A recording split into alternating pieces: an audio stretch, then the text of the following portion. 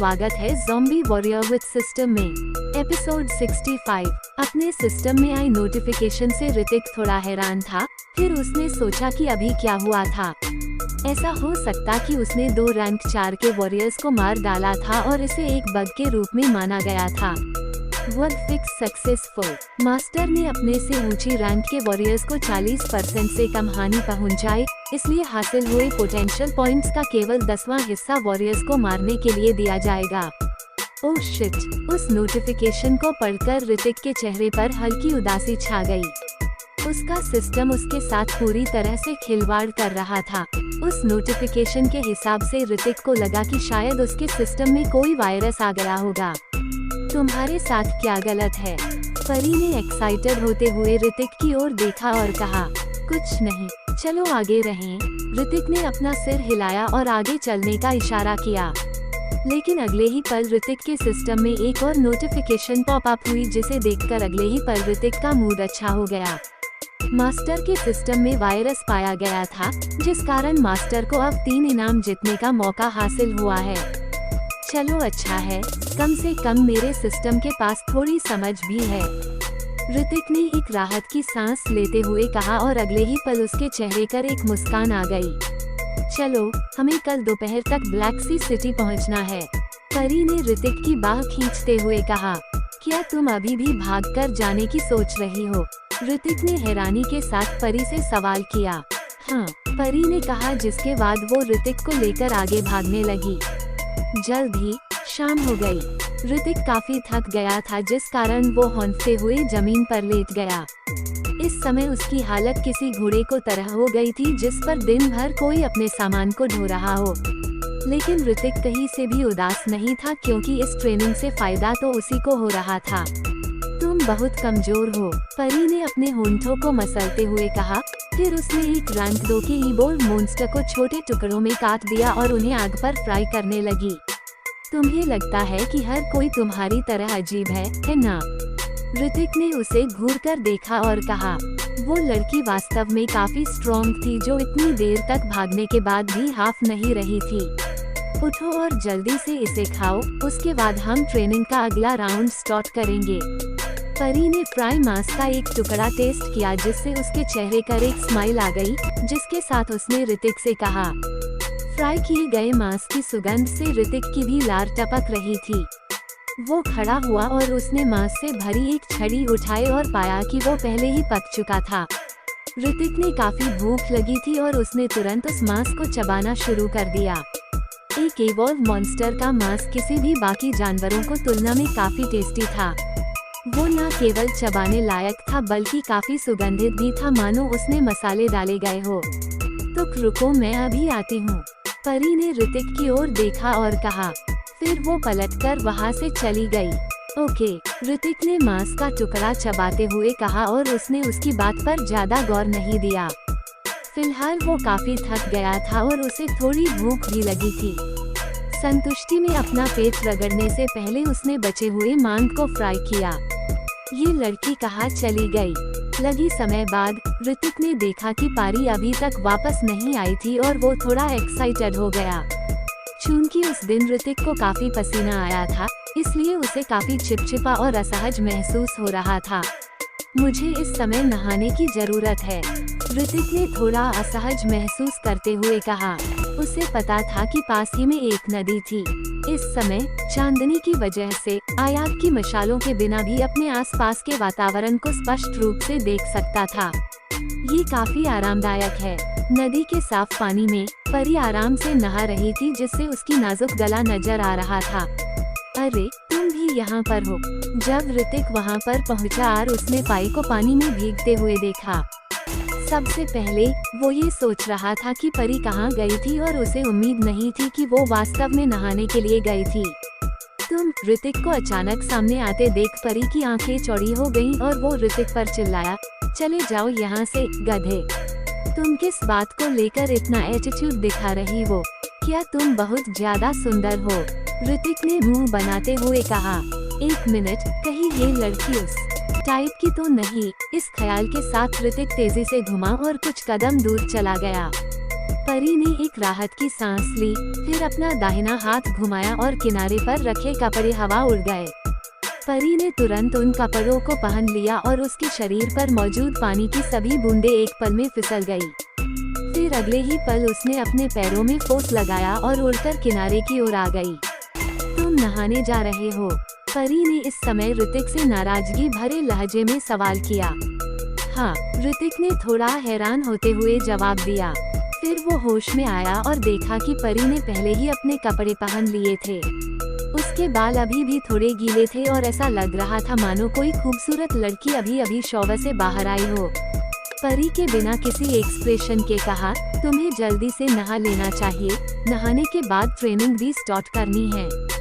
भागो यहाँ से, ऋतिक ने धीमी आवाज में खुद से कहा। क्या कहा तुमने? परी ने ऋतिक को एक जानलेवा नजर से देखा और ऋतिक को अपनी रीढ़ की हड्डी में हल्की ठंडक महसूस जीने लगी। ऋतिक ने फिर एक छोटी मुस्कान के साथ कहा, नहीं, कुछ नहीं। नहाने के बाद ऋतिक को काफी तरोताजा महसूस हो रहा था। फिर वो उस जगह पर वापस आ गया जहाँ परी मौजूद थी। परी ने आग में लकड़ियाँ डाल दी थी जिससे वो आग तेजी से जल रही थी। चलो, हम आज रात अपनी सोर्स एनर्जी की ट्रेनिंग करते हैं। परी ने ऋतिक की ओर देखा और अपनी श्वास उसकी ओर फेंक दी। इसे ट्राई करके देखो, क्या तुम अब हथियारों को पूरी तरह से सोर्स एनर्जी कवर कर सकते हो? परी ने ऋतिक से कहा। ऋतिक ने अपना सिर हिलाया, फिर उसने अपने शरीर से सोर्स एनर्जी को बाहर निकाला और उसे स्वॉर्ड के चारों ओर फैलाने लगा। फिर उसने अपनी आँखों को किसी सोर्स पावर से ढांक लिया और पूरी लॉन्ग स्वॉर्ड को ढकने वाली हल्कीली रोशनी उसे नजर आई। वो स्वॉर्ड पूरी तरह से कवर हो गई थी, लेकिन ये एक समान नहीं दिख रही थी। क्या ये ठीक है? ऋतिक ने परी की ओर देखते हुए उससे सवाल कायम। ठीक है, परी ने हल्की झिझक के साथ कहा। वो काफी ज्यादा हैरान थी कि उस लड़के ने वो स्किल एक ही दिन में सीखी थी। अब अपने पूरे शरीर को अपनी सोर्स एनर्जी से ढकने का प्रयास करो, परी ने कहा। क्या अपने शरीर को? ऋतिक ने हल्की हैरानी के साथ कहा। उसने हमेशा सोचा था कि सोर्स एनर्जी का इस्तेमाल केवल स्किल्स के साथ या हथियारों में किया जा सकता था।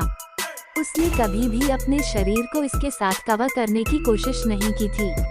ऋतिक ने गहरी सांस ली और क्योंकि उसे हथियार को सोर्स एनर्जी से ढकने का अनुभव था, इसलिए उसके शरीर को सोर्स एनर्जी से ढकना मुश्किल नहीं था।